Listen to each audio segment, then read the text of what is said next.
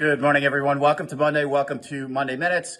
First and foremost, thank you, Maria Bartiromo, Mornings with Maria, the Fox Business Network, for including us not only last week, but throughout the course of 2023 to share our thoughts and views on macro markets, the Federal Reserve, fiscal policy, certainly interest rates. And thank you to all of our LinkedIn followers for tuning in week to week. We hope that we've added value, some insight along the way, certainly grinding it out every single week to try and navigate through some very, very difficult markets.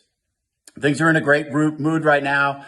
Holiday season. Who would have thought from March of 2023, earlier in the year, through the debt ceiling, through that period in October where 10-year nominal yields were north of 5%, markets were very nervous, a lot of duration hitting the marketplace, impacting financial conditions, to what I call or think was, a pivot from this Fed starting in November, loosening financial conditions dramatically, and then Chair Powell capping it off last week.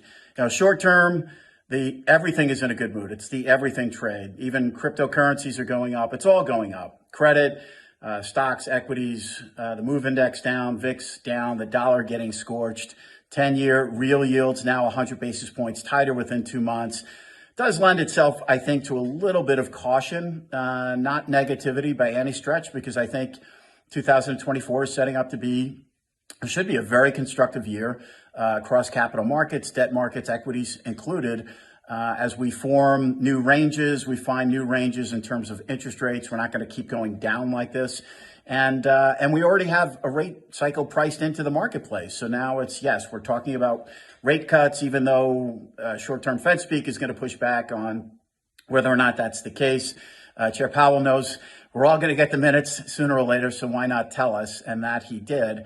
So we know they're talking about rate cuts. It's a natural thing. It's the natural evolution. It takes time. March seems a little tight, but then again, sometime in the fall, right around the election, although Chair Powell said they'll do what they need to do regardless of the election, this has already become a little political in terms of the narrative. That's only going to get worse, I think, as the year wanes on, depending on how the rate path goes. So we would favor some analysis short term. We'll see how the employment market behaves earlier in the year. That could certainly change the timeline in both directions, really, in our view.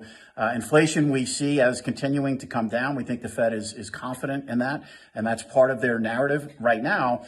So that May, June, July period seems to be logical if we're going to recalibrate here. And we could recalibrate 150 to maybe 200 basis points, still be above what the Fed sees as long-term neutral, higher for longer. It doesn't need to be 5 3/8 for longer. But a lot remains to be seen as we head into 2024.